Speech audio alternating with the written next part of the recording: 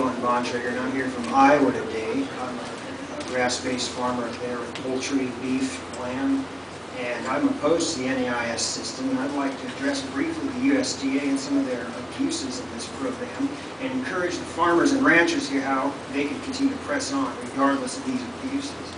First of all, to the officials here today, I really want to challenge your audacity to call this a listening session when your purpose here is to say how we can make everybody feel comfortable with the program.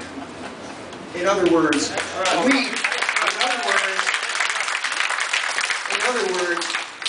we're going to enslave your farm to our service, and we just want you to feel comfortable with that.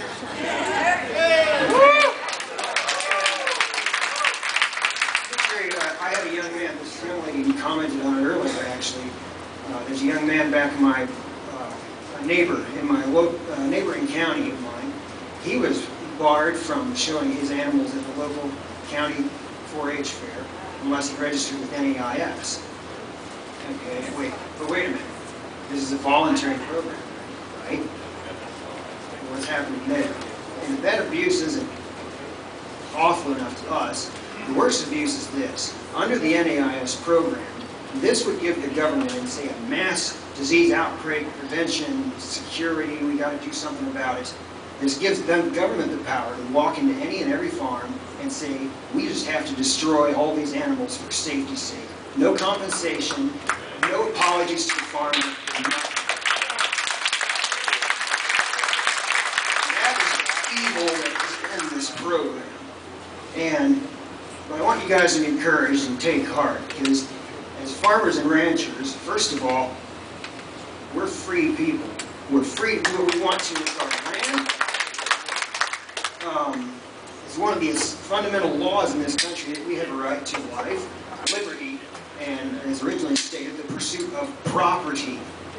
Those are freedoms in this country. We have the law on our side in this one. If we don't want them to have our farm, they don't get it. That's the way it is in this country. And this is what has made our nation such a prosperous nation, is individual empowerment.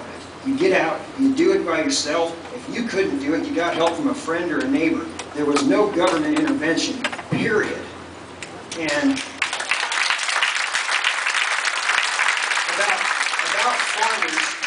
about farmers, Thomas Jefferson said this: cultivators of the earth are the most valuable citizens. They're the most vigorous, the most independent, the most virtuous, and they are tied to their country and wedded to its interests by the most lasting bonds.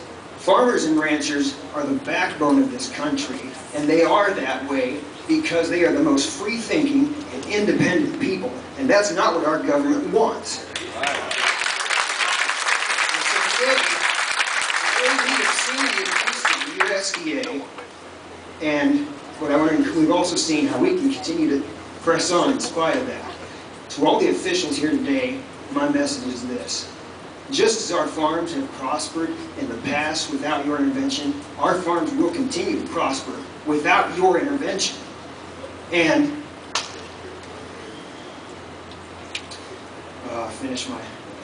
gather my thoughts here. And let the message that we sense from this meeting today go back to Tom Vilsack and his officials. No NAIS, no way, no how, not in this country, not under any circumstances, not today, not tomorrow, not